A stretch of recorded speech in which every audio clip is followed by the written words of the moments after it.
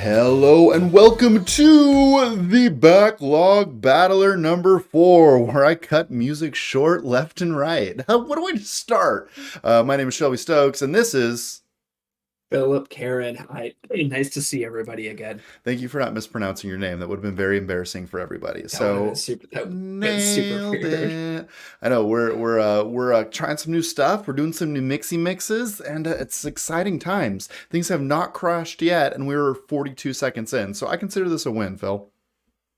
I would say so. Last week, or it wasn't actually last week. What was it? It was the week before we were supposed to do it. I was not feeling well, so we put it off. But we put some work into this show. We put a lot of value into it, and I'm excited to do this one tonight. I think it's going to be a good show. I'm excited too. It's like right now we are March the 1st, and I am hitting what I would call my busiest season of the year right now. And there's a lot going on, and this is coming at the perfect time where there's almost too much going on, but it feels so good to just relax, talk to you, talk some video games. I've been traveling for work, so I'm getting a lot of Switch time in. And dude, turns out games are really good. Games are really good. Yeah, I'm feeling good. I think this is going to be a good year for games, and it's nice to have a little bit of hot tea, sit down at the end of a long day. We've all been driving and just talk games, and we have a lot to go over today. We have a lot of things built up. We have a lot of clips, a lot of things to show and talk about. So I think it should be a good show.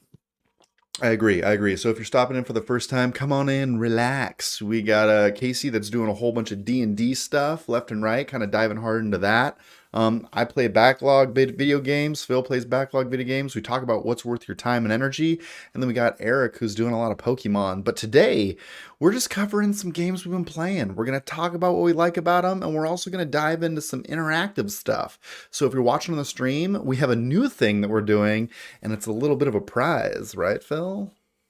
Yeah, so I think a big theme for us this year, well, first I would say, just in a sort of a casual tone, is that for the past, I've been working with you on this since June of last year. So probably for the past 9, 10 months, we put a ton of work into developing the shows and the channels, and we really long way. We've added in D&D, like you said. We've added in Pokemon. We've added in a ton of backlog stuff. We have this show. We have a ton more interviews that we're doing, and we really asked a lot of people to tune in on their own time. And I think a big theme, I can't speak for everyone, but a big theme for me for this year is what's worth my time in my personal life and giving back to the people who have been tuning in, who have been watching us, who have been subbed to us. And so tonight we are doing the giveaway that I produced a short on about 2 weeks ago before I didn't feel well.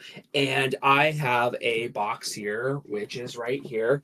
And inside the box, there are a few items that we are going to mail to somebody, which I am going to mail expediently. And we are going at Expediently. Why ever would you need to mention that? yeah, well, I don't know why, because sometimes people get Dude, Pokemon cards and it Dr. takes a Z is still family, crying it about takes his undelivered Pokemon card. He had to go and it ta- shake down the deliverer, I believe is how that went it, down. it, it takes a community dinner and a meeting to get people to get this delivered. So this will be put in the mail within a few weeks. The average value is right around 15.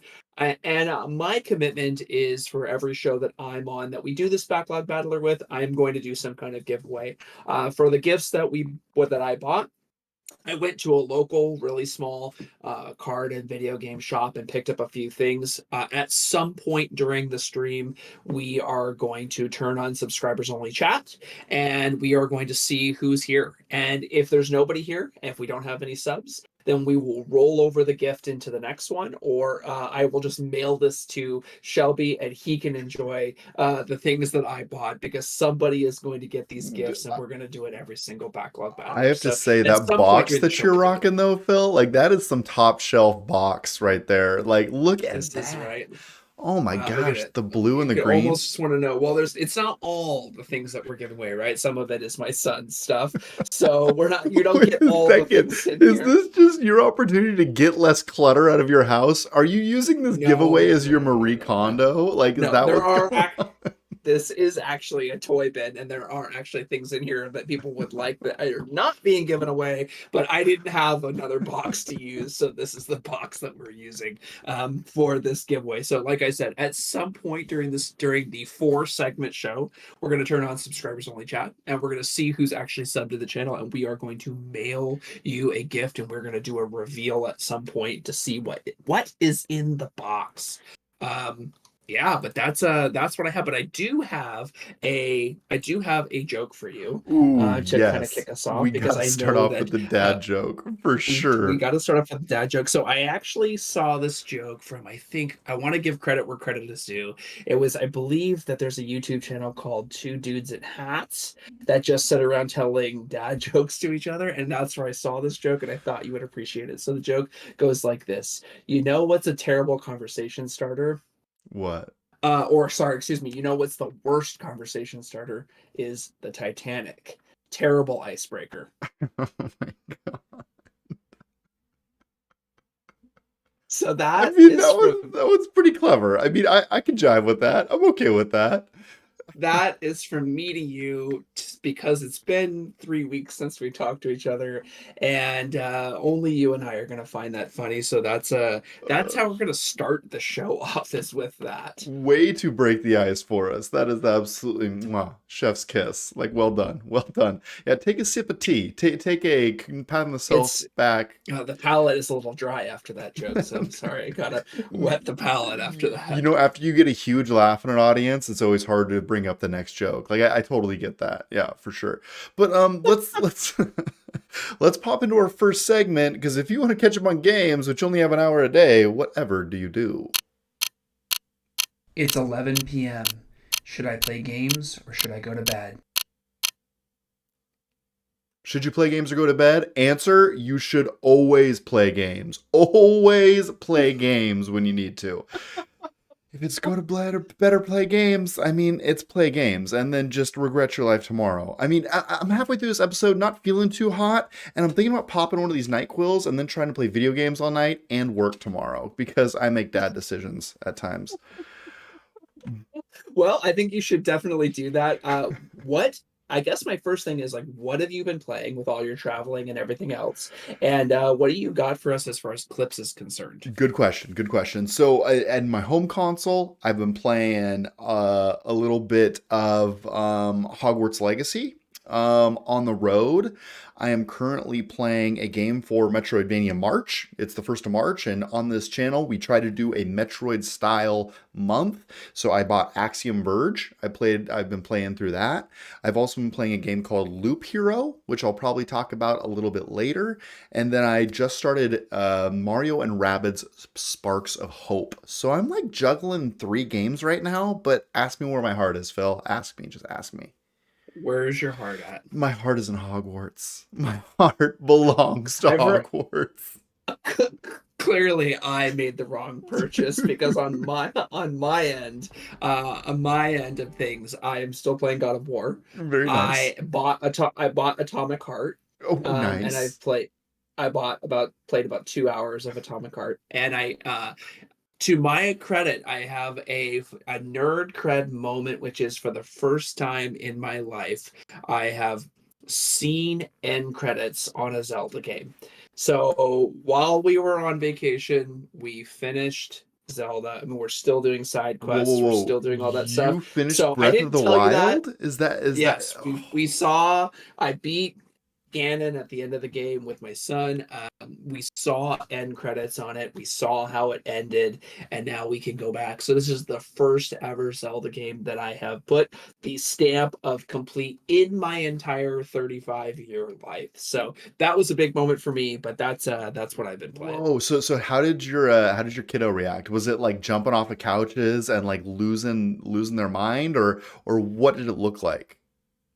Yeah, I mean, there's certain things, right, that I'm not going to turn into content, and this was just something that because actually, my son said, "Oh, I know you do the gaming thing with your friends. You should make a video out of this." And I was like, some things are just meant to be kept as I special between completely agree.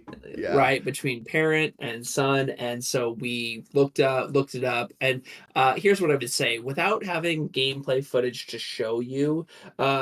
The final boss is everything that was wrong with Zelda, which is that you can get through the entire game without ever using a shield deflect, Mhm. and then all of a sudden the only way to beat Ganon is to use a shield deflect of some bullets. And so I had to actually Google how to do a shield deflect, because for the 100 hours that I played that game, I had never done it once and I hadn't needed it. And now all of a sudden I needed to do it. So it took me a couple tries, but Well, it was very exciting. you're obviously playing it wrong, Phil. You're obviously playing the game wrong.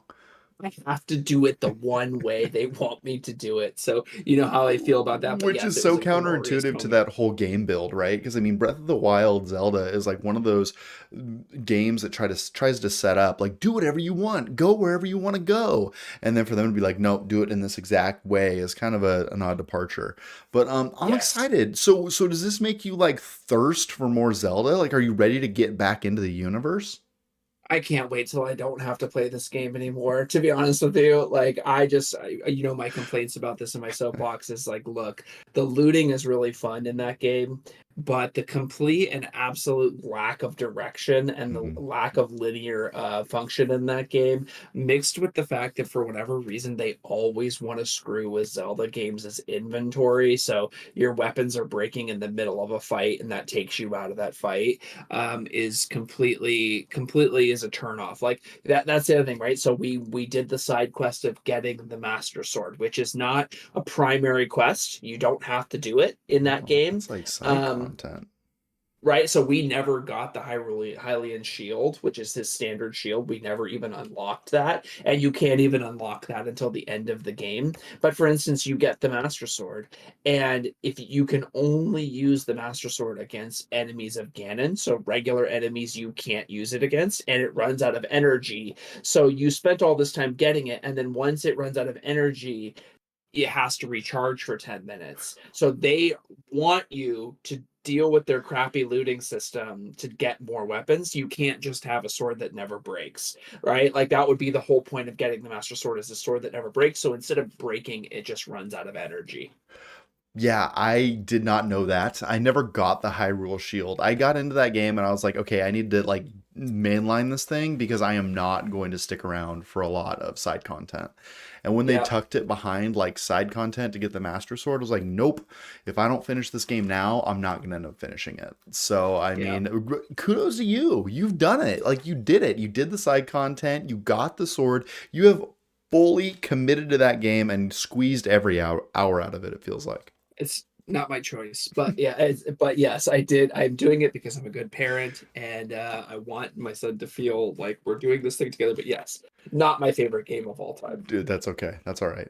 Well, one game that is quickly becoming one of my favorite games is this game called Hogwarts Legacy. I mentioned it before. I see people are joining the chat. Know that we're going to be doing a giveaway if you're subbed and commented in the chat. So just throwing that out there as people kind of wander in. But let's watch a little bit of Hogwarts. So the reason I pulled this clip, and I know I'm kind of talking over it a little bit, but there's not a ton of action That here. one looks promising. The vibe that this game nails is amazing. This looks like the portrait from the map.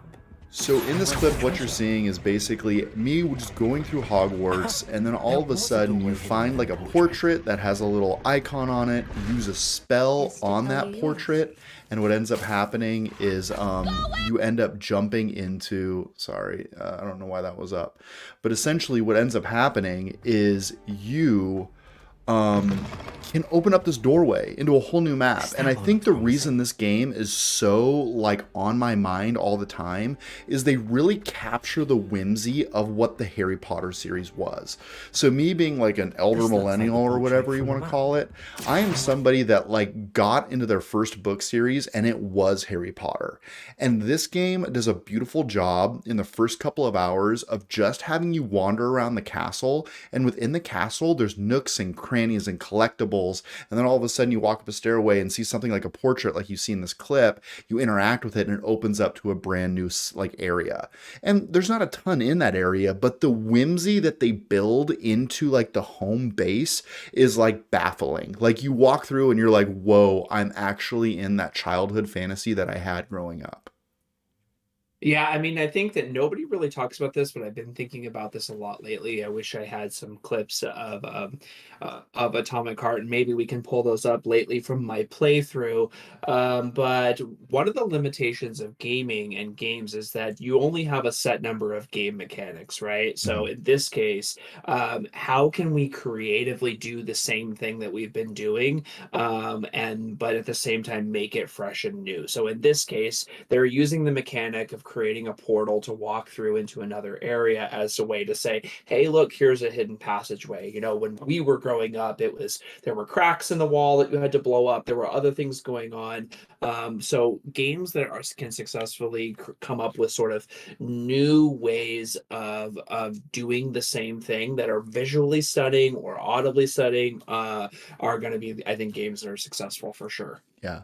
Yeah, and like speaking of this game specifically, I think something that I was really worried about going in is it's not going to be deep enough, right? There's not going to be enough variety here in this game to really hold me. And I think we had something we were both scared of, when you're going back and forth of what are you going to buy. And what they've done that's really brilliant here is they probably have like 20 to 30 different spells that you can unlock, and they basically gatekeep different like discoverables behind these different spells. So, and then instead of like giving them to you all at once, of course, they tease them out over the course of the game. And some stuff is behind side content. So if you want to do if you want to get this certain spell, you have to do this certain side content to actually access these different secrets. So the collector in me paired with like this perfect nostalgia trip is just something that it's constantly on my mind. So I think something that they do that's very smart is in the first couple of hours, they essentially keep you in Hogwarts, right? So you are in the school, go here, go there, and you're just kind of wandering around. But then you hit a point early, like I said, 2 or 3 hours in for my playthrough, where they're like, hey, go outside and check out the owlry. Is that what you call it? Owlry? So where all You the would, birds live. yeah, Yeah. you would know more than I would on that one. So you walk outside and you're like, hey, look, there's this big castle in the background. And you kind of make your way towards that castle. And what happens is they build this path into this. I'm thinking this might not be the right clip, but they build this path. There it is, right there, where you're making your way up to the owlry, and then you turn back and look over the castle of Hogwarts, and it's just like this magical moment where you're like, this world is big and lived in, and I can go anywhere. And I think that being able to tap into that and pair it so well with the Harry Potter brand is something that I was not expecting. This is a Harry Potter game, guys. Like, they easily could have cashed in and made this like shovelware, but they didn't. They went hard, they made it big, and this different set pieces they give you where you just turn back and look at the castle, or you're sitting through a class in one of the classrooms, like it actually feels like you are out of the books. And I just can't get over that feeling of like nostalgia, but they actually did a good job. And I feel like it would be so easy for them to mess us up. I really do. Yeah, and I think that this is an underrated game design element, which is good use of the camera. Breath of the Wild is one of those games that doesn't have good uses of the camera, but if you're going to be on some sort of narrative-driven experience, using that camera to kind of distinguish what's going on in the background, as opposed to having this wobbly camera that could just be right behind you the whole time, can enhance, in this case, the experience. Yeah. I'm just I time after time I keep playing this game, and the systems that are built upon the systems in this, Hogwarts over Breath of the Wild is Dr. Z. Yeah, I would say so.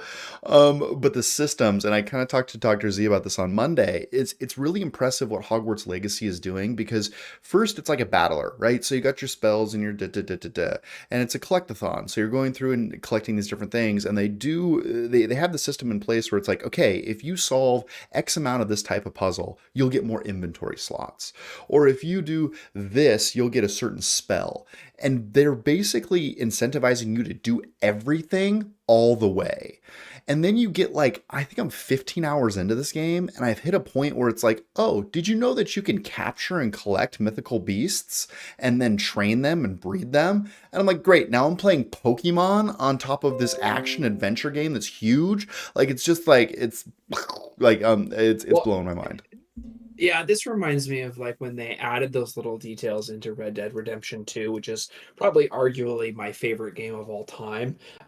Which is like, oh, by the way, you can go track animals and hunt them. And then you're like, oh, so I was like doing all these quests and now I'm wandering, following the scent of this animal, walking through the woods to go get this skin to make a new coat. So little details like that just continue to add to the Having tea immersive by the window. experience. Yeah, yeah, I agree completely. I agree completely. This will be the last clip that I pull, and I want to hop into some God of War as well. But this clip is where you first like get to ride your broom, and it you know it's coming. Like you've seen some of the screenshots out there. I knew it was coming, but this Having tea first by the window interaction, today. they basically put you on your broom and then ask you to fly around the castle. Nice to get above it. And this is before you've really been able to go very far because you've been on foot. And what it does is it kind of shows you that this world is completely connected.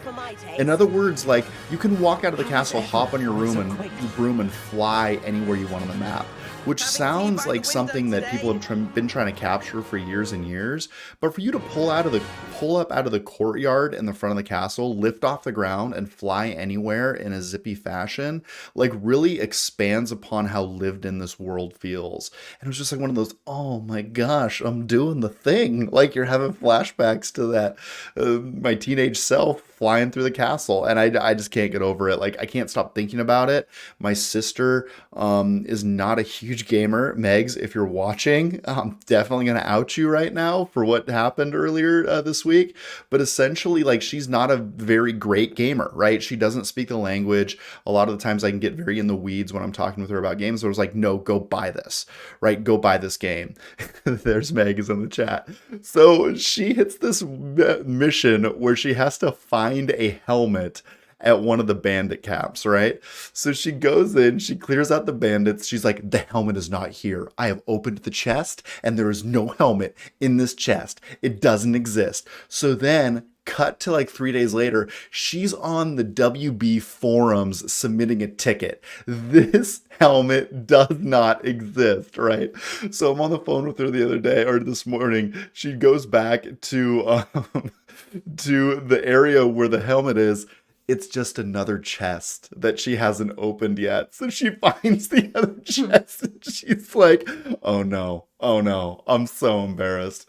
That's a legacy story. I love that. So, Megs, we love you. You're not as bad as games as I lead on. But I mean, honestly, like what I'm getting at is like, even for somebody that's not like super like hardcore into games like you or I, like for me to be able to just hand this off to somebody that maybe isn't as proficient at like a ton of games, to be able for her to enjoy this as much as she has is really something that allows me to recommend this to just about everybody. I think it's a game that people should try. I'm really enjoying it. I'm 15 hours in, and this feels like one of those games that I'm going to push really hard on.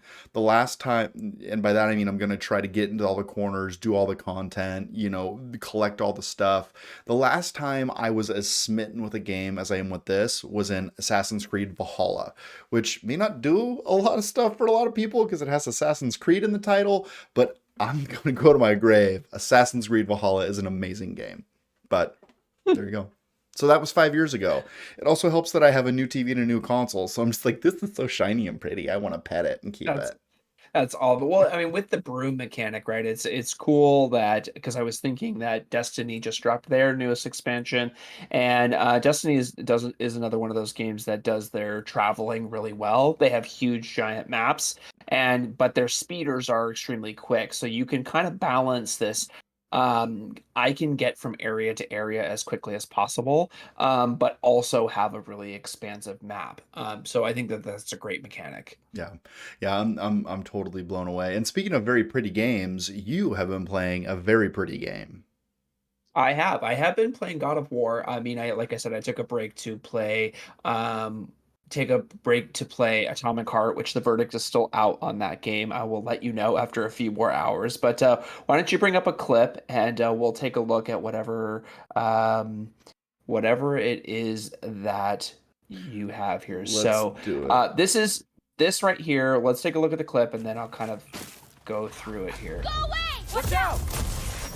So this right here, if you can hear it, is this is what makes this game great, right? What you're seeing here is a really unique use of color, which a lot of games don't really do. You have this sort of giant here, or this character who you can see the yellows and the purples and the greens, and it just adds to this immersive experience. So this was a clip I pulled from the day. Like, her weapon uses these different powders and smokes, adds to the feel of the combat.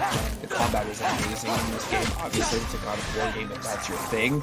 But this is just another one of those things where these little details being added in, like color, can enhance the immersive experience, because you're like, oh, I've never seen anyone do that before. And that's something that I think that people are searching for desperately, is these new, like, oh, you found a way to do the same thing, but in a new way. So that's my take on this one. I am really like, so when you first sent this clip over, like, I was blown away, because when I think of like God of War, I don't think of these colors. You know what I mean? Like, I played the 2018, I think it was, or 20, whatever the prequel to this specific title is, and I don't remember the colors being so vivid.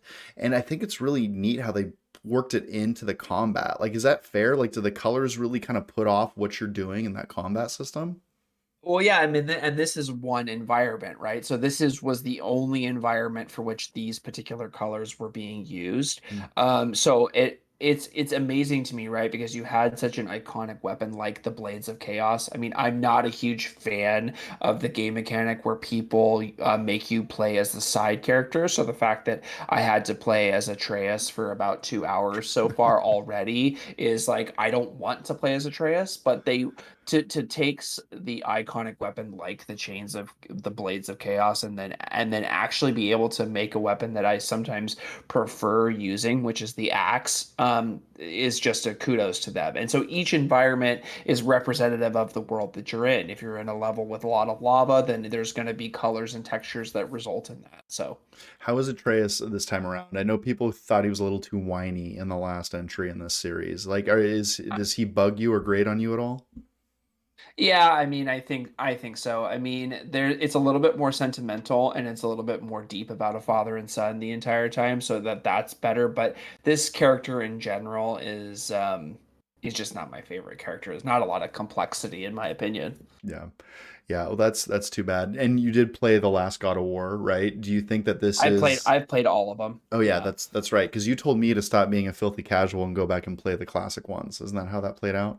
Have you never played the casual ones? Have you ever played the originals? No, I haven't. I haven't played God of War 1 through Oh 3. man, oh, you're missing out. It's like to you, God of War is to me Assassin's Creed, right? You're probably just like never gonna visit it. It's probably just gonna be one of those things that's left in the nerd cred abyss. Dude, hey, if Nintendo wants to come out with all of the God of War games on Nintendo Switch, I will play through all of them. Let's go. Or, maybe I should just it's time to get a Steam device. What is it? A Steam Deck. Steam Deck. Maybe it's time for a Steam Deck and to go back and buy God of War games, which I don't even know. Can you buy those on Steam? I don't know. Maybe I'm just talking No, crazy. I don't think so. I don't I think don't so think either. so. So there's a couple more God of War clips that I have here. Side quest, which I think will come in later on this run of show, and if you're going to have a dream sequence. Let's just do the dream sequence one, and then we can move on to Okay, some cool. other segment. Let's do that. I'll bring that up. Wabam. And Whatever. Will you stop? So the ambiance here is that dream sequences are often one of my least favorite. Dream sequences are often one of my least favorite, both game and video mechanics, because I think that they do a disservice. They're dishonest to the end viewer, because they're not giving you the correct information as to far as what is reality and what's dude, not. you really But hate the multiverse, don't you? You really hate the multiverse. Yeah, well, I mean, that's probably why I haven't watched the last 10 movies. It's got nothing to do with I'm I just just saying you hate dream sequences because there's no stakes. Like you hate the dream sequences because you hate multiverse. Is that fair? I feel I think that dream sequences from a writing perspective are a lazy cop out for like how to get from point A to point B or how to give a viewer ideas or realizations about like what's going on. But I thought this particular dream sequence was done really well. So the feeling of stress and anxiety that you have while these things are running at you. So the precursor to this, right, is that you don't really know what's going on. You know, he goes to sleep. You can kind of assume this is a dream, but you don't really know what the dreams mean. And they don't really drive you to a new plot device. So if you're going to do a dream sequence, this to me was an acceptable one. This was an acceptable one because I think it added the correct feeling for those people who are watching it. So you heard it here first, folks. Phil hates dreams. That's what we took from this. No, I hate dream sequences in movies and games. Okay.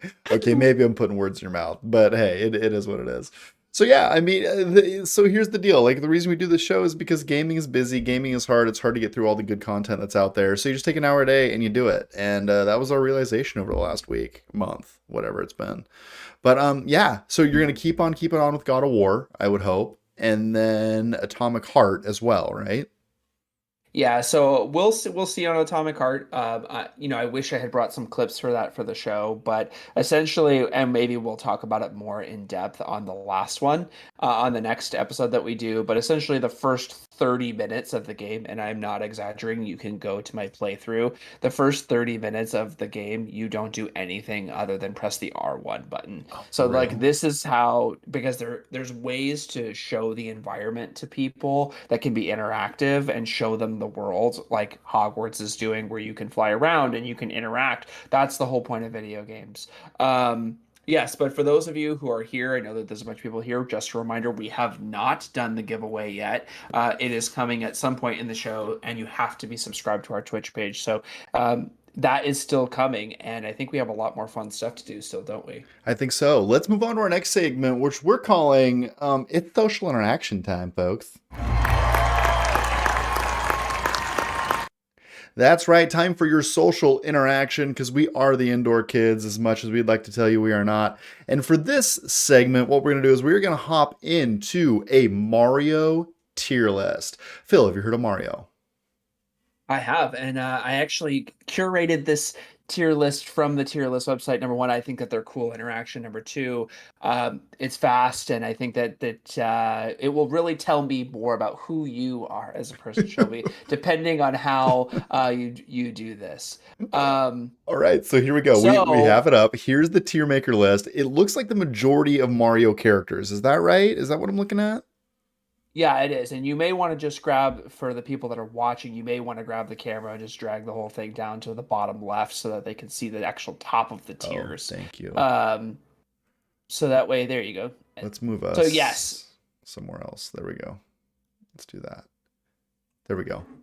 Thanks for the the call. question from the chat is how many hours do you have in Hogwarts Legacy? Right now, I am at hour 15 of Hogwarts Legacy, and I basically hit a point where they have these little locks all over the city, and you have to like collect more things to get to the third. Yeah, so you know, so the whole unlocking the locks. So it basically took 3 hours, and I'm like, nope, I'm following an FAQ because I want to open every lock that I hit from now on. So yes, the Demiguise quest, exactly. I was like, nope, I'm not gonna walk around and not be able to open doors. So there was like a 2 hour, 3 hour commitment there, I think. It probably wasn't that long because I used a FAQ, but anyway, that's where I'm at. I'm loving it. Can't wait to keep going. But hey, to Mario. So we have S tier, A tier, B tier, C tier, and D tier on if those moons is right for the Hogwarts Legacy players out there. So who do you want to take? Are we doing this draft style? Do you want to go first? Yeah, so I think that you can drive it, and you can just pick any character you Okay. want and put them, and we'll go pretty quickly. Obviously, S tier being the best, obviously D tier being the worst in this case, and you can select who you want first, and you can put them where you want, and you can use whatever metric you want to put them on the tier. Dude, I feel like I'm gonna put a lot of things high on this list. I think Oh that, God. well, yeah, I know. I think my first like underrated. Oh boy, Birdo? I gotta show Birdo some love. Okay, Birdo, one of my favorite characters. Ooh, ooh. I A. I'm going A. I'm going A tier with Birdo, and here's why. Birdo's been around for a long time. And honestly, they came in with Mario 2, and everyone's like, what is this bird that shoots eggs? And they're like, don't you worry about it. We're going to write him into all the lore. We'll write Birdo into all the lore. And here Birdo sits with a bow on her head, shooting eggs out her schnoz and loving life all day. A tier Birdo. All right, so my selection, you can grab. My first S tier is going to be King Boo. Top right there. I think that most of us who played the original games actually played it for the ghost levels, so I don't think that you could put King Boo anywhere else. But there's the thing about the Boo levels is they were so scary because you couldn't get out. Like, you couldn't do it. That's true. Also, why it should be S tier. You can't disagree. Dude, I think I gotta take a Goomba, okay, and I'm willing to discuss this, and I think I gotta put the Goomba low on the list. C. I think Yeah, Goomba's a that's C tier character, and here's why. Been around the longest, still isn't doing anything, just walking around. Like, honestly, like, come on, where's the evolution of that? I would now, the next I will actually take two of them, and I will take the two Baby Mario and Baby Luigi tiers and put them in D tier because literally no one cares about those two characters at all. I don't know a single person who cares about that at all. So those are some of the worst characters. Is that from Yoshi's Island? Is that what that is? All I can hear in my I head don't is even know. You don't even know which. See, you can't even remember which game it's from. dude. Okay, so I gotta say that, like, there's a bunch of characters here, and I don't even know who they are. I know they are the kids. Great. So, Yeah, I know they're the yes, kids. those are all the Koopas. Yeah, the Koopas. So, do you have any affinity for any of these? Do I have any affinity for any of Because these? I'm thinking, like, okay, this guy seems to I be don't know. low tier. Yep, for sure. This How can guy. you put any of the? You're telling me you're gonna put you're gonna have 10 characters on the D tier. You're right. I can't like, do that. I can't do right? that. Like, So I think do we I just think. abstain? Do we abstain these characters? Oh my God. Okay, I'll take another S tier character. Another Okay. S tier character All here right. is gonna be Metal Mario. Metal. I think that you have to put Metal Mario at the top of the list. What a cop out. I mean, they were just like, we're out of ideas. We're just gonna make him silver. Like, come on. Like, what kind of Dude, ridiculous? he earns his S tier from being in Super Smash Brothers, the original, as pretty much the boss that you have to fight before you fight the hand. Oh my gosh, this is ridiculous. Get this out of here. Okay. We're going S tier. I feel like that way you have to take this guy. Wizard Man. Wizard No Man's way. good. Yeah, No way. No way? Why not? What did he do? Dude, he What did he do? casts shapes at people. His weapons is shapes. All right, I'll accept that. I'm gonna put Diddy Kong, the smaller monkey, as a B tier simply because we don't have anybody in B tier, and no one's choosing Diddy Kong over Donkey Kong anyways. So that means we put Donkey Kong below Diddy Kong. So by your logic, God, are you get out of here, dude? I don't. Wait, are you saying Donkey Kong goes below Diddy? I have to say Donkey Kong goes above Diddy. I think he would be an A tier Okay, all right. character. I thought you were going the other way. I thought you had some Diddy love. I thought you were showing some Diddy love. Okay, so I'm gonna put all of the Yeah, now I'm gonna put the Toad characters, like the Toadstool characters, like whatever those are, as like a C tier. No way. No way. They What? literally do Toad? nothing. They don't do Toad? anything. Dude, They're they just- carry the entire narrative of most of the games. They're like, "Blah, blah, blah." Oh They are God. pretty annoying though. Okay, I'll keep Okay, so Mitsuru. you're a pick. Okay, Dry Bones goes high. Gotta love. I think that's a good. Yeah, I think I so. could almost go S I tier on. agree with that. In fact, I'm gonna bring Yeah, this I agree wizard with that. down. I think we go like that. Koopa Troopa also high on this list. I love me some Koopa Troopa. He's just cool. He's like the soft-spoken cool guy. Here's the deal. I like too many of these characters. D Love is illegal where I come from. Well, you don't shoot peanuts out of a gun? Like, come on, grow I'm up. gonna. Seriously. I think Yoshi ends up in S tier. Agreed. Agreed. I'm there for that. Because Dr. Z's here, do we put Waluigi in S tier as well? I don't know. Is he a fan of it? He is the Waluigi. Where is Dixie Kong? Says Megs. Yeah, where is Dixie Kong? Dude, Dixie got snubbed. In fact, a lot of the Kongs did. All right, Dr. Z, we're putting Luigi at A. We need to fill out this B tier. This chick, Daisy, is that her name?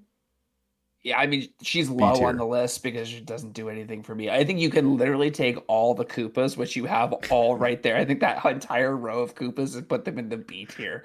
While they're interesting, they provide very little as far as combat. Yeah, you can just literally intermix those. Okay, no, I'm gonna put some of these higher. Like this guy just feels like he's there for just to be crazy. We're just randomly hiring and firing people. That's what's going on. Yep. Waluigi D Well, tier, D there's tier. metal.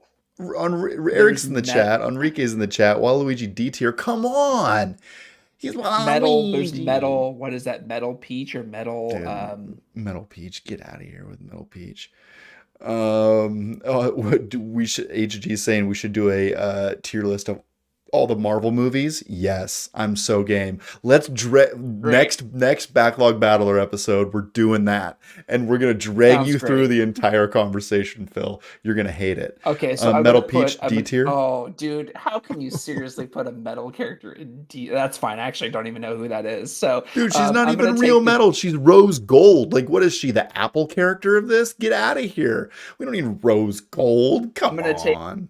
I'm gonna take the dork there in the middle with glasses, and he goes in D tier, or with the Thank you. goggles, or Yeah. whatever that is. Uh-huh. I'm also gonna go with that character there with the red hat. Yeah. That's not Mario in D tier because I don't even know who that is. So that's the original chick from Donkey Kong. That's what I know. Is it? Uh-huh. Yeah. So I'll put Bowser. Uh-huh. I think Bowser's in A tier. Agreed. What your about turn. so we got Mario and Luigi here. I mean, I think you got to put Mario S tier. Oh, but he's such a I would put boring I would put character. Luigi. I would put Luigi as C tier. C tier. No, C He tier. does nothing. Luigi. He has no additional. He's the same character, just Dude, with a. he's with gonna steely eye green stare hat. you to death. Do you realize that? Like Luigi don't mess around. Remember when he was slitting people's tires in Mario Kart? Like things be going down. Okay. Then I'll take whatever I don't know who the guy with the red is. I forgot his name. To me that's an S tier. Shy Guy for sure. I was thinking the same thing. S to you. Shy What about Guy. Hammer Bro? Is that this guy's name? This guy's a Hammer Bro, isn't it? Is that it might be the hammer guy. You might be right. Wait, isn't Think you gotta his place him name pretty Hammer high. Bro? How are we missing that? HG plays hammers all the time in Fortnite. This is his character. You're right, D tier. D tier after that. No, I'm just Okay, so kidding. then I you think got to he's A tier. pick. So I think that we got to do that. The original plant I think is an A tier. It's high for sure. It's high. Yeah. This one, The the other knockoff plant is a one? D tier. Yeah, whatever. The Yeah, knockoff, where did that come from? Like Sunshine? Like I think it was where that was. What about Baby Bowser? Like I got some problems No. with Baby Bowser. Yeah. no. C. Yeah. So then I think that Peach lands high on the list, but the other one, what's the other one? Daisy. Daisy. Yeah. Peach lands high on the list because she's actually a strong Super Smash Brothers character. Dude, and honestly, she's really good in the Battler game, the Rabbids game. Like she has a shotgun umbrella in the second game. That's right, you heard me correctly. Shotgun umbrella. She just like throws it up, and it's like, and it just like rains fire. It's awesome. So S tier. You can drop Daisy in B, I guess. And then look, man, I don't know. You can decide. I don't care about that character at all. I mean, we're not even going to place Waluigi? Waluigi. We're just going to choose not to place him. He does not get a tier. Waluigi is out. Okay, that will be left as undecided. No, Now I'm going backwards. Waluigi, what did he do? He did the Waluigi games, right? He had coins, didn't he? He had coins. He had coins. He stole coins. I don't know. Can you even tell me what he did? He did. He has a whole WarioWare. He has a whole franchise. Come on. He's like the Venom of Spider-Man. Oh boy, that's a really bad poll. No one likes Venom. Nobody likes Venom. Venom's C tier. C tier. Waluigi. It's decided. This is final. Nintendo. Pending lawsuit coming. Really looking forward to that. Sorry for dragging your characters. Sorry for dragging your characters. That's right. So there it is. In the S tier, we have Boo, Metal Mario, which was a bad choice. Dry Bones, Yoshi, Mario, Shy Guy, and Peach. A tier, Birdo, Donkey Kong, Wizard Guy, Koopa Troopa, Waluigi, Bowser, Hammer Bro, and Piranha Plant. And I'm not going to read through the rest of these, but that sits at the top of the list. Any surprises coming out of this list for you? The fact that you hate Metal Mario so much. Dude, Metal Mario's the laziest character design ever. Like, someone did Oops All Silver. Yeah, ship it. We don't have time. Just ship the game. Someone did Oops All Silver. And Luigi deserves to be higher. Give me a break. They literally kept the mustache on Luigi. They couldn't even come up with a different facial design. Dude, I think I like Luigi because they all sat in the boardroom and like, look, what are we going to do with Luigi? He's just sitting here in the corners and nobody really likes him. They're like, okay, let's try to make people like him. And try as they might, no one likes Luigi, which for some reason makes him endearing to me. That's so funny. Well, do you want to switch over and do your favorite game, which is Guess the Game? Let's switch over and do a little Guess the Game. Okay, this is a game where you go on a website and it gives you some screenshots and then you try to guess what that game is. And here we are. Guess the Game for this day starts. This is game number 291. If you want to play Guess the Game at home at a later date, you definitely can. And it's a cloud in the sky. Oh, man. Mario? It feels Mario, doesn't it? I was thinking the same thing. Mario 3? Is that what this feels like? I guess it would be Super Mario, wouldn't it? Super Mario Bros 2. I was thinking 3. Not Wario Land, but I've heard that's a great game from a lot of people. That's what we've all heard. So is it New Super Mario? I don't know which one of these it is. I guess we just got to guess. We just got to get something out of our system. Yeah. New Super Mario Bros. 2. Clearly is not Mario. It's clearly not Mario. Super Mario Land? Sure. Yeah. That's definitely Put right. it in. Oh my gosh, it is a Mario It's got to game. be a Mario game. It is a Mario Look at this. game. It is a Mario game. It's Super Mario Bros. Like the original. Okay. Super Mario. Get this advertisement out of here. Super Mario Bros, right? Bros 2. That's New Super Mario Bros. New Super Mario There it Bros. is. Super Down Mario one. Bros. Okay. Boom. Oh my gosh. Really? Wii U. It is Super Mario. It is a Super Mario game. This is going to be difficult. But look at this. They got the classic bricks in Scene 2, and they got a more digitized platform in Scene 3. What the heck were the Super Mario games on? It's Super Mario Maker. It's Mario Maker. The Wii U, the Lost. Is it? This is it for sure. Yep. Okay. Right here. Boom. Nailed it. Ooh. That's your jam. That was it. That was it. It's kind of crazy that this was a Mario game after doing the Mario tier list. But the reason this is a Mario game and the dead giveaway after thinking about it is that the second screen had some old school art and the third screen had a more digitized platform. And the thing that Mario Maker did is it's like, choose a lane. You can do New Super Mario Bros. Or Old Super Mario Bros. And do whatever you'd like. Yeah. And that's what it is. The next screen is a whole bunch of boss and baddies stacked upon one another. And then it continues to get a little more crazy. The last one is a stylist. So there you go. That's definitely it. That's how it goes in the Mario Maker section. So big ups if you knew what that was beforehand. I did not know, but now I know. Oh, Meg's guessed Duck Hunt. Sorry, I didn't have the chat open. You were wrong. It was Mario Maker. I love you. I feel like I keep dragging my sister. She's never going to come back. Make sure to subscribe and like and follow and all the other things. Let's move over to our next section, Phil, unless you have anything else on the social interaction deal. No, let's do it. Let's do it. Let's hop into our next section, which is side quests and achievement hunters. Yes, we are.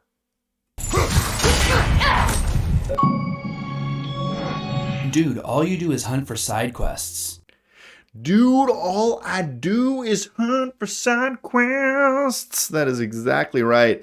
And in this section, we're going to discuss some side quests that were definitely worth the time.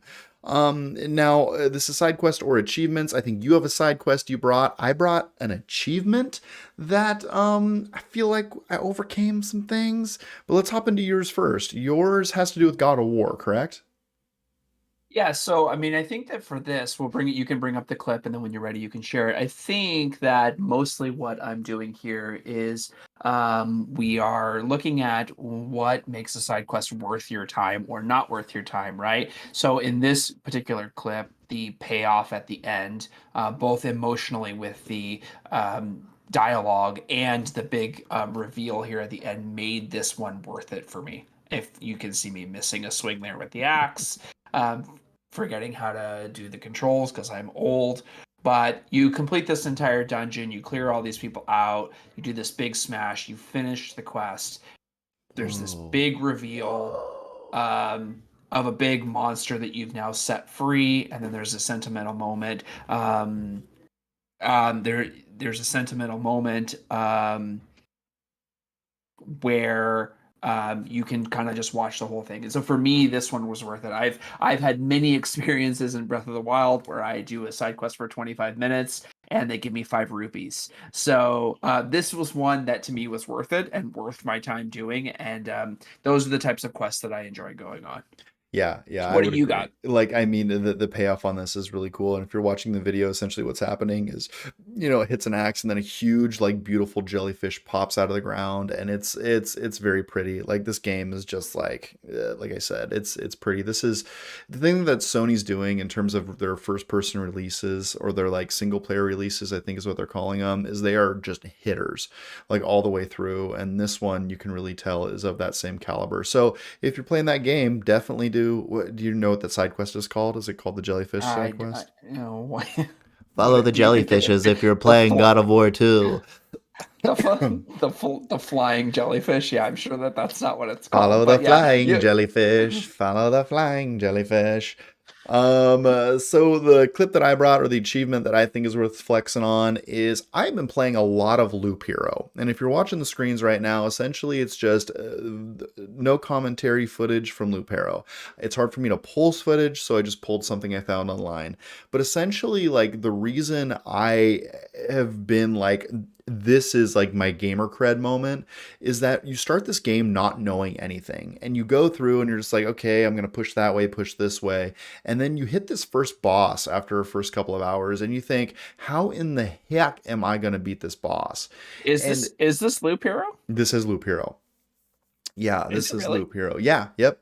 So essentially, like, the way this game is set up is you are set up in 3 parts. And the first part is a deck builder. Let me see if I can find anything on the deck building. But essentially, you select which cards are going to go into your hand. And then when you start a run, you basically start with the cards that you've selected. You hop into a map, and then from there, you can choose to place cards on a map. And with every card you place, you're getting positive benefits, plus health regen, whatever the case may be. And then with every piece that you place on the map, you're also getting a negative effect, which is more enemies the next time you loop through. So it's an odd balance where you're like choosing a makeup of cards, and essentially the combat is you just hitting like go. It's stop or go. Like, that's all you get the opportunity to do. You can put on new equipment in the middle of battles, but you have no interaction with the actual battle battling going on. So it's this risk reward kind of play set where you're pushing things. And as you finally get into a rhythm with this game, you hit this first boss who comes in and just destroys you, like eats you for lunch. And you're like, well, never going to get that. And then sure enough, you get 4 or 5 runs in, you get a few more systems, you start figuring out that, okay, if I place 9 of these specific tiles together, it'll give me a huge health bump. Or if I put these 3 tiles together, it'll give me a good synergy on this way. So the first time that I beat the Lynch King, which is the first boss of like 5 or 6, I'm just like, yes, this game is amazing. Since then, I keep playing this game and I don't feel like I'm making enough progress from run to run. And I feel like it's a little bit of a chore to play this on certain times. Like if I wanted to get in and play a quick run, like 15 minutes, sure. But for me to like play that game consistently over and over and over and over and over and over and over and over and over, like it gets a little tiresome for me. So the reason I brought this to this segment is like I've played this game, I beat the first boss, I felt the dopamine hit, I feel the accomplishment, but I don't know that I'm going to stick with this game for those reasons. Yeah, that makes sense to me. I mean, if once like the old adage, once you feel like you're doing chores, we're out, dude. We're on, and that's the big thing with side quests, right? Sometimes I know that Linda from YouTube said sometimes side quests have the best stories. I would agree. Mm-hmm. Sometimes they don't, though, right? Sometimes you go on a 45-minute quest to get someone some chicken, and then you come back and then you get nothing. So Yeah. I think that that's a big part of this segment is which side quests are worth actually investing the time to dive in off the main story. But yeah, once you feel like you're doing chores, it's time, especially as you get older, right? Time to check out. It's time to check out. Yeah, for sure. And like, yeah, I think that's one of the reasons, I know I already mentioned it once, but like Assassin's Creed Valhalla, the reason it's one of my favorites is like those side quests felt special and handcrafted. And I think I'm getting those same vibes off of Hogwarts Legacy. And like God of War is the game that I really want to play. So I'm glad that you're having that same experience there, because that is a big tip of the hat when playing that game. So cool. Well, we have reached our segment, which is labeled, Is it time for a mystery box? It might be. I Listen, think so. So we have the box here, right? and we've So had here it some is. stellar communication in the chat tonight. I have to say, like, I just love everyone kind of being a part of this and chiming in. Regretfully, I can't see the YouTube chat. Linda, I know you're there though. Thanks for hanging out with us. So, yeah, it's just been good to see everyone hanging out tonight. Yeah, so I think what we're gonna do is we're gonna turn on subscribers only chat on Twitch. We'll give it about a minute and a half, and then regardless of whether anybody gets it or not, we will reveal what is in the box. Remembering that this has got about $15, so not a ton of stuff, but just some small things as a way for us to say thank you for people who have tuned in every week and who've watched us grow over the past 9 months. And we'll just see, we will see who's subbed to the channel. So are you ready to do this? Should we turn on sub only chat? Let's do it. I'm gonna leave that to you, if that's okay. Yeah. It's now So, subscriber yeah, only. so I see it. Very nice. Great. So I think maybe what we can do at the request of Higher Ground is, so what we will do now is anyone who is only is a subscriber to us on Twitch, if you can leave a comment now below, we will pick somebody from the people who comment. Why don't we, at the request of High HG, jump over, maybe you can load up a game of Wordle, and we can run through that together. And then once Wordle is done, we will see who is left. We will see how many comments we have. If we have none, we will open the box anyway, and I will send this to you in the mail, Shelby. So you are banking that nobody is subbed, and you are banking that nobody comments because you know what's in the box already. Yeah. Hold on. Let me do some on my phone. Oh, that's weird. Some guy named Listexic Learner said I'm subbed in the chat. That's the weirdest thing. Where did that come from? We have no idea. So here's the deal. You want me to play Wordle live on the internet. You can see that the ads are pushing me to Target. I am not a speller. In fact, it's been documented on this channel that it took me 20 minutes to spell Jigglypuff wrong. So That's okay. I will drive the letters. But if you switch to the screen share where we can see your oh, screen, thank I you. will tell you the Yeah. I will tell you what we should try here, and we will run this for maybe 5 minutes, and then we'll just move on, and we can just show everybody what is actually in the box. So let's start with a good word. Let's start with space. SPACE. And you can just type it. You just type it. You don't have to. Yeah, there you go. SPACE. Yeah. Okay. And then, okay, Oh. so we got an S and we got an E, and the E is in the correct place. Okay. So the S is in the word, but the S is not in the correct spot. So let's try, I don't know. Let's try a completely different word. Like let's try herd. HEARD. Okay, so there's none of those letters either. Let's try. Guys. Oh, Megan with the sub. What's up, Megs? We may be mailing this to Meg. So let's try. I don't know another word. Let's Well, try. I like guys. Someone put guys in the chat. There you go. Ooh, there we So go. those two, the Okay. S and the E, are in the correct spot. What other letters do we have? Moose. Oh. MOOSE. Ooh, okay. Moose. Moose it Oh, is. Whoa. Let's Making go. it rain. What Nailed the it. what? Moose it was. There's the moose. Oh, and HG in with the sub. What is going on, HG? Thanks, dude. Appreciate Let's go. Better be worth it. Now, all of a sudden, HG, who buys every battle pass for every shooter game available, is hoping that the $5.99 better be worth it. it. Dude, it better be a Fortnite skin or HG is gonna be so pissed. It better be a Fortnite skin. So, all right. So I think we're done. I think we should move on because we have one segment, and so we're gonna pick. How do you want to pick? Do you want to pick either HG or Meg?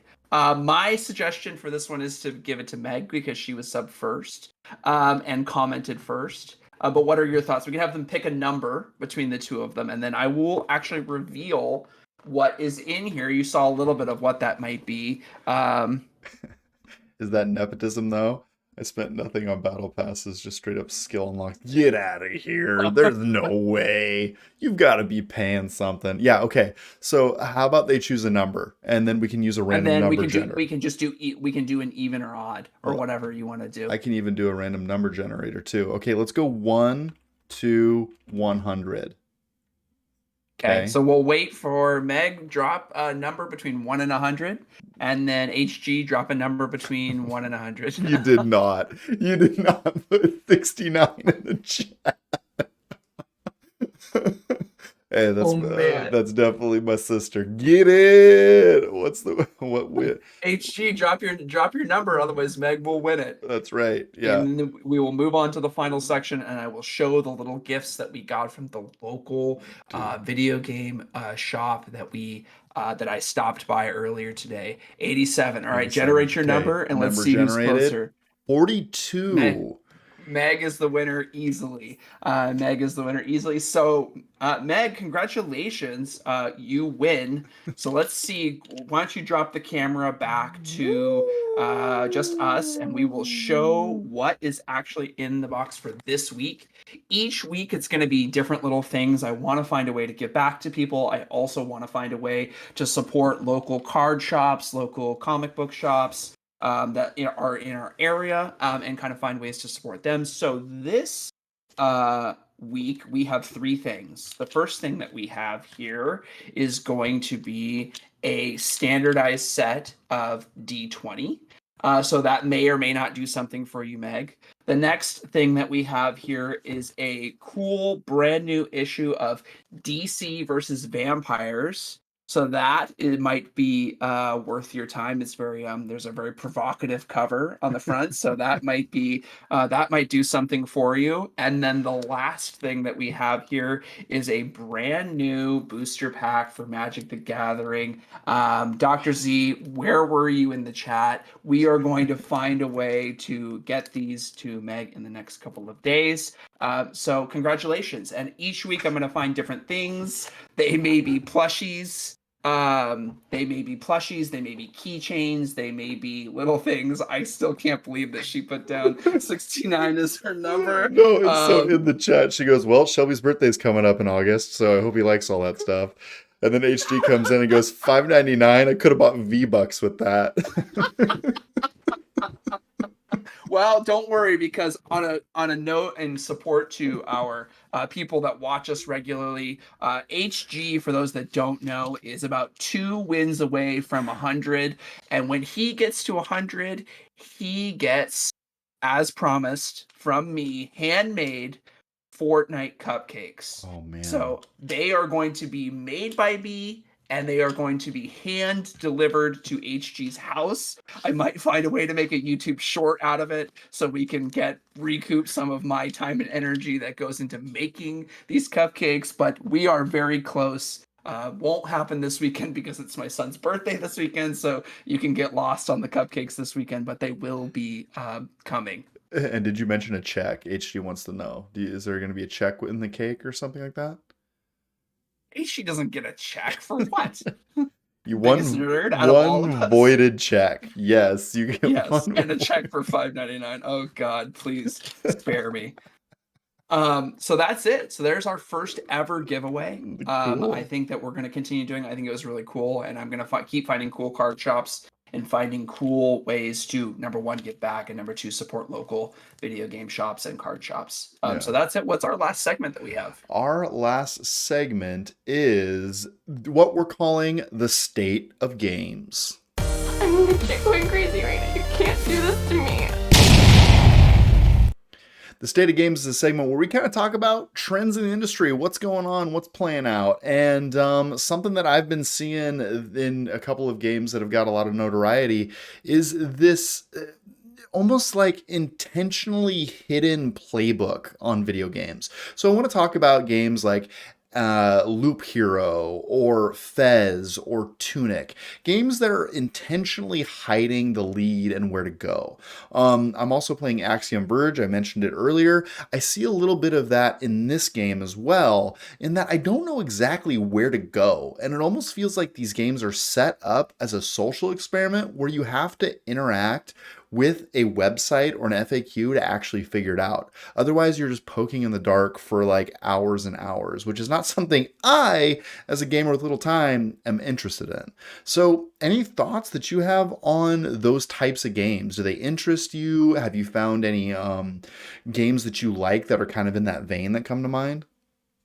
Well, I mean, I guess my question for you is, do you find that it's intentionally difficult because there's a high learning curve, or do you find it to be intentionally difficult because of just the complexity overall of the game? Like they have too many mechanics or too many options. So I think like what brought this question to mind is almost like there's something going on in this world and you don't quite understand it, right? And I think the reason I appreciate it is because in some of these games you have a sense of discovery where you're like pushing into corners of the games and you're like, oh, whoa, this does this, and that like fills in all of this knowledge that I had prior to, but I didn't really know how it worked. Like in Hogwarts, I'm hitting this one thing and I don't know how it works exactly, and I keep trying different things every time I see one, and I don't know how it actually is meant to be interacted with. But I hope that there's a time where I discover it and I'm like, oh, that's what that does. And I think that there are certain games like Fez, like Tunic, that are set up specifically to be almost like a domino effect. Like once you understand this, all of it's going to play in. And I find those games very difficult to get through personally because I feel like it could take an undisclosed amount of time for me to figure out what the next step is. Yeah, I mean, I can feel that. I mean, I can tell you in a sort of related, but not exactly related to what you're talking about. Like if I play a game, right, where there's an area that's blocked off, or like that you don't have a certain skill, or that you don't understand enough about the lore, and I think sometimes God of War suffers from this, but if there's an area in the beginning that I don't have access to, odds that I'm going to come back and revisit that area at the end of the game once I have the abilities is pretty much zero, right? Like I'm not going to backtrack. So if there's anything like in that, I'm not going to play it. And I agree with you where if I don't understand the environment enough to where I'm in this weird environment and we're like, what's going on here? And then you're like 45 minutes into the story and you're like, I don't understand what my motivation here is, especially emotionally. Am I conquering a castle? What am I doing? Then I'm immediately going to probably shut it off. Yeah, and I think that part of this is like the situation I find myself in recently with the travel that I've been doing. I'll get on a plane and I'll basically have my Switch, and I have 5 to 10 hours of travel time, right? I get into the airport, I'm hanging out for an hour and a half, then I get on the plane, 2 hours, another 2 hour layover. Before you know it, it's like a 10-hour travel day. And there's a lot of Switch time there. But when I don't have the internet, like when I'm on a tube, I hit these points in some of these games where I'm just like, what the heck am I doing? Like, I can't figure this out. Okay, time to turn this off and read, which is it's good to read, guys. Don't stop reading. But like, my point is like they almost make it intentionally like, okay, you're going to figure this out. And then when you look it up, you're like, oh, that's how it is. So I don't think it's going anywhere, but I've seen that some games are specifically designed that way. And I think it's a very interesting type of game because it's not one that I'm going to recommend to a casual gamer. It's not going to be one that I'm going to say, hey, go and play Fez, unless you're somebody who's really into games and you enjoy the art form and how it all clicks together. Like in that case, go play Fez and have fun. But I don't think you can like just give that game to somebody off the street. And I don't even know how best to describe a game like this. Like at first I was calling it intentionally obtuse, and that's not the right word because obtuse is not the correct terminology, but it's almost like they're burying the lead in their gameplay and design. And I don't know if we could dream up a name like that, but I think that there are games that fall into that category time and time again. And even arguably Breath of the Wild, like when you first start playing that game, you don't know anything, and as you pull back layers of that onion, it becomes more and more obvious how it all works. Yeah, I mean, I would say that I think that that's a great example, right? I would say that um, in Breath of the Wild, right, that was what caused me to turn it off initially. Was I got through the first town, and then they were like, I unlocked a bunch of these towers around me, and then I was like, I don't want to figure out how to unlock this next mystery area. Like, I just want to know where I should go and move on from there. And I actually would be like, I'm very overwhelmed. Part of it could be our age too, right? We've seen a lot of these things. We've seen a lot of these mechanics. Younger kids who have 100 hours, 200 hours of a friggin' month to play, they're going to be more apt to be like, oh, I uncovered this little nugget of information. But for me, it's just not going to work. Yeah. So I would agree with you. I'm at the point in my life where I would turn it off. Yeah, and honestly, if I hear about games playing out like that, normally I'm quick to quit, or I'm just like, okay, I'm not even going to touch it. Which is part of the reason like I haven't hopped into Elden Ring, because I know Elden Ring is very much of that cloth. You know what I mean? Like Yeah. you're going to get in, you're going to get your butt kicked, you got to bang your head against it and figure it out. And I think it's more approachable than other games that are of that Dark Soulsian type. But I mean, that's a game I'm going to force myself to play at least a little bit of. Feel free to close out the night on watching HD get his 100th win. He is flexing hard on this one. No charge, no charge. So Wow. I know we have one more trailer in the can. I don't know if you want to use it or take it to next week. I got HG here, so what do you think? You want to watch it? Or I think we should do. Yeah, I think we should pull up the Redfall trailer that you do it. have because I think that's very exciting, and then I think we should close it out on that. Let's do it. So here is going to be the Redfall trailer. I'm going to throw a little bit of audio on this and probably talk over it as it starts to play. But if you haven't seen it, check out the screens right now. I'll make it full screen and go button.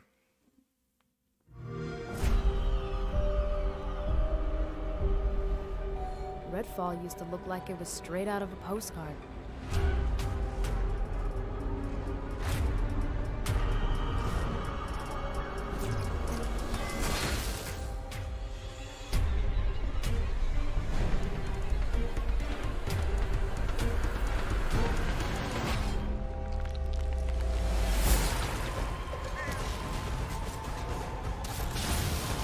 So for those listening, Redfall is made by the designers of Dishonored, and it bills itself as a first-person story-driven adventure where you are on an island, you have guns, it's very first-person shootery, but you also have powers that you can use to interact. So I think I'm super excited about this game. Is this something that you're attracted to, Phil? So I feel like you and I are so alike in a lot of ways that I feel like sometimes I need to be a hater just for the sake of being a hater.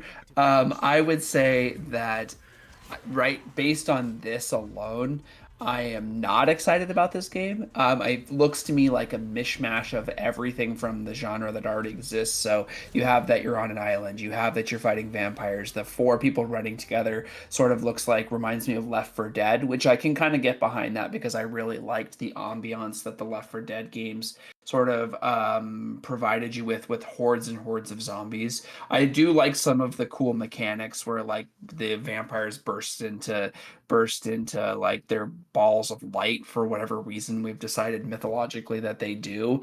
Yeah, science. That's the science behind vampires, Phil. Come on, catch up.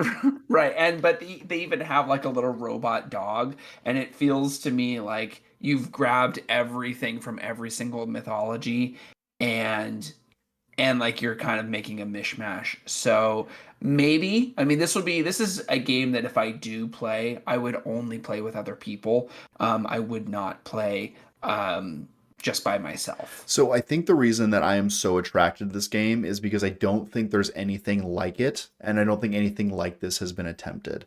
Like when I think of a multiplayer game, it's very repeatable. You know what I mean? Like Left 4 Dead, you go through the same levels and yeah, there's a little bit of randomness to it.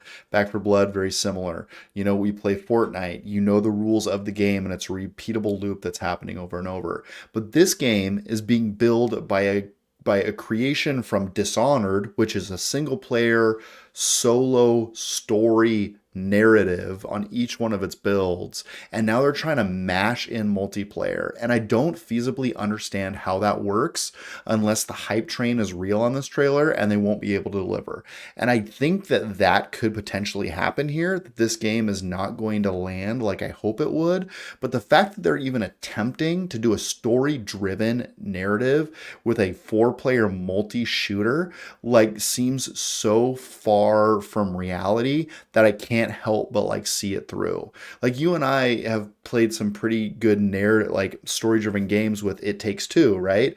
Great game, 2 players, but it's so much a self-contained thing that's an intimate relationship between 2 players that when you bring in 2 additional players, it being 4-player run, and then a shooter on top of everything, it feels too chaotic, and I can't even begin to imagine that they're going to be able to tell a compelling story-driven narrative through this.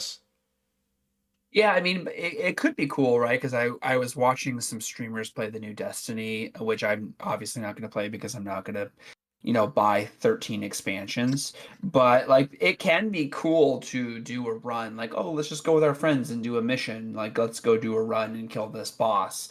Especially at our age where it's like, hey, it's it's 8 p.m. and we need to get our game in so we can go to bed.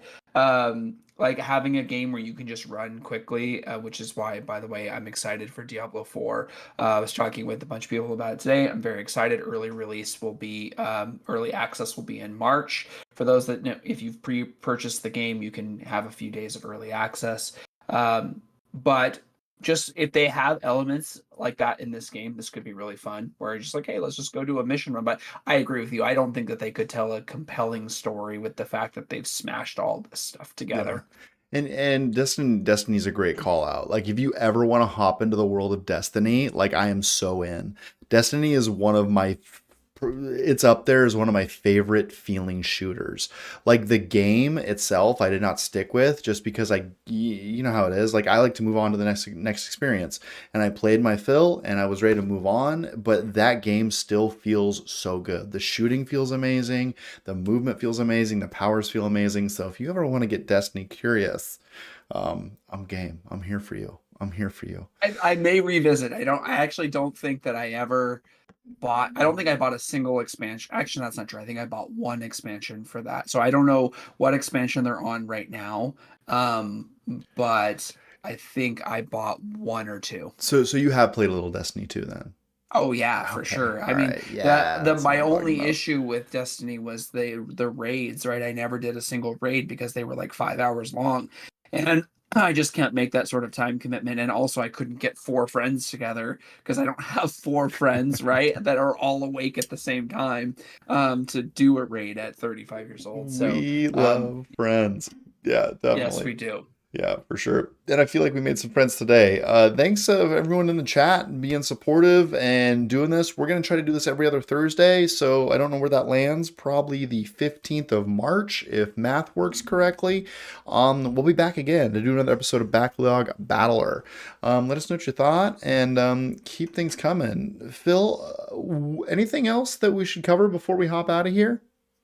Oh, I think that we've done the thing, and I feel really happy. And like I said, we've worked really hard. You, me, Casey, Eric have worked, and all the guests that we've had on have worked really hard to just make this better and better. And as this year goes on, like I said, I'm gonna be doing some different giveaways. We're gonna be doing a lot more things to get involved with the community and give back to people. Like I said, maybe next time it will be a Funko Pop. Maybe it will be something different each time, and we'll figure out what people like, and we're gonna give something away every single time we do this to kind of give back to everybody. So I feel happy. I'm great. I thought it was great.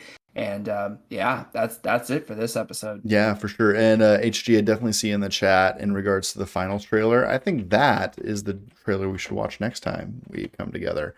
Because that game looks cool too. But yeah, no, I mimic everything that Phil just said. Like in terms of where we're going and the trajectory we're on, it's great. In terms of the next time you'll see this channel go live, it'll probably be Tuesday of next week, I do believe. We're hitting March, and it's Metroidvania March. I'm playing Axiom Verge. I don't know if you're doing a Metroid or not, Phil. Come on in. The water's warm if you'd like. Well, I've been thinking about it, and I don't want to be the stick in the mud. So if I am going to do it, it's going to be nerd cred. So I'm either going to continue my playthrough of Hollow Knight, which I never finished, or I'll do something nerd cred related and play what I suppose is the greatest Metroidvania game of all time, right? Which is what? Metroid Dread. It's up there. I really like Metroid Dread. Yes. I mean, have you played any of the old school Metroids, like Super Metroid? No, not really. No, neither Yeah. have I. I would say play Dread. Dread is a heck of a game, and I think it does a really good job of taking those mechanics and expanding on them over the years. I can tell you from what I played from Axiom Verge, I can't wholeheartedly recommend that right now. I think there's better Metroidvanias on the market. But then again, Axiom Verge is a pretty old game in the year of 2023. So there's my 10 cents. But yes, play Dread. I'm all about that life. Let's do it. Cool. Well, it is March. Like I said, I'll see you next Tuesday. Thank you so much for hanging out. It's been an awesome night, and there will be more awesome nights to come. Stay up on the things. Go out, enjoy the world, be good to each other, be good to yourself, and take care of yourself, guys. Life is short and sweet, and enjoy every moment of it. We appreciate you hanging out with us tonight and spending your time here with Backlog Battler, Episode 4. Until next time, we're out. And he's like falling back in love with video games. He just wants to come home every day and play Ninja Turtles.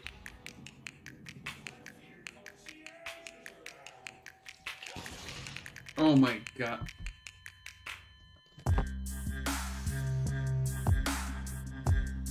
Yeah, Gunlance is fun. I blast around that place. Oh, We're that's playing right. with They a can group do of the my wife's rocket friends, launcher. and they're like, "What is he doing?" And they were just seeing me. I'm like, "Oh, you ain't seen nothing yet." For the local hunters and the local rangers and gets wolf meat. And with that meat, he will then finely cut it up, make it into a